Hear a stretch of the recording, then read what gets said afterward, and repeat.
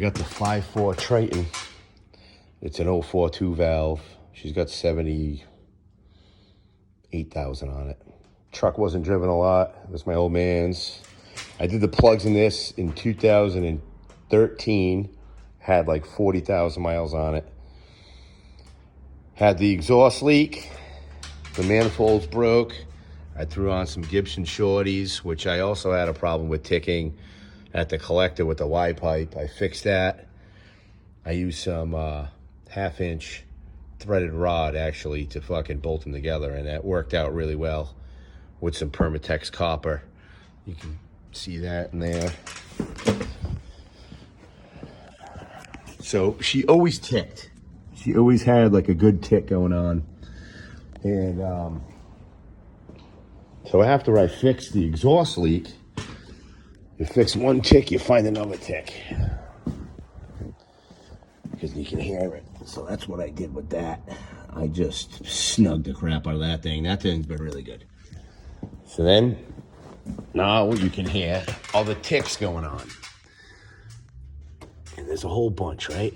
We hear about the lash adjusters sticking and all that. So now, I've been messing around with the spark plugs. Like I said, I did them about 9 years ago.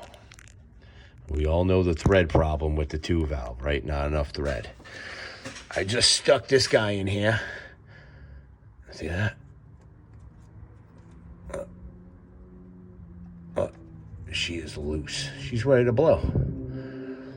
I just stuck that in there, and she is super loose. So I'm gonna snug that down. I'm gonna put it all together and fire it up and see if she's somewhat more quiet. Another note, when you're pulling these boots out, like that boot there, that boot gave me a little bit of an issue getting out. Don't use pliers to pull them out. Just work them out real slow. I kind of put a coating of oil around the neck so she don't get stuck in the head. The rest came out. That one there kind of split on the top, but I'm just gonna patch it up a little bit. That should be fine. I got no misfires. I didn't want to change the plugs. I just want to see if one was loose, and that back one had loosened right up.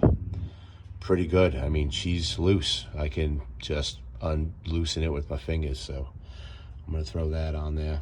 Basically, to get in here is pretty self-explanatory. Get rid of all the plastic, unplug all your EGR stuff.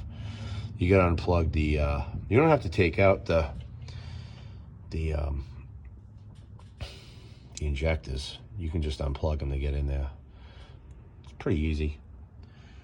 Just patience, take your time, and don't rush. Throw some anti-seize on all your bolts, and let me patch this thing up. We'll see how she sounds. Can you hear that? That's right.